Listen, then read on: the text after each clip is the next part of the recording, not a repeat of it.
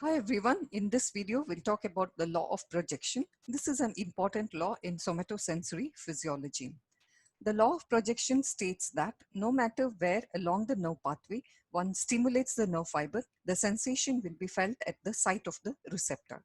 So when the sensory nerve fibers are stimulated anywhere in their course to the somatosensory cortex, the conscious sensation produced is referred to the location of the receptor. This principle is called as the law of projection. The implications of law of projection include the striking the elbow causes pain to be projected to the hand. So a nerve fiber which is originating in the hand, if we strike the same nerve fiber at the wrist or elbow, the pain or the sensation is projected to the hand rather than to the wrist or the elbow. The second implication is after amputation of a limb, the patient complains of intense pain in the absent limb, which is the phantom limb. We'll see one by one the implications in detail.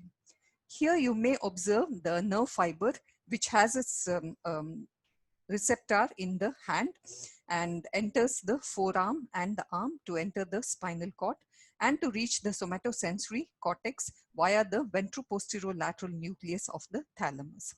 If you stimulate the same nerve fiber at the wrist, or you stimulate at the elbow, or you stimulate anywhere in the pathway to the spinal cord or to the somatosensory cortex, the impulses reach the somatosensory cortex. So when the sensory nerve fiber is stimulated anywhere along the pathway, the impulses are sent to the somatosensory cortex. But the somatosensory cortex interprets this pain as originating in the part where the receptors are located for the nerve fibers, that is in the hand.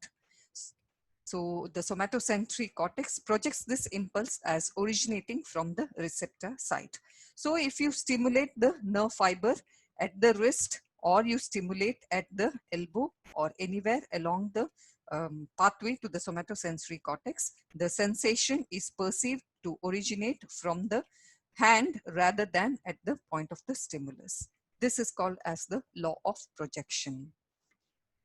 The second phenomenon based on the law of projection is the phantom limb or phantom pain.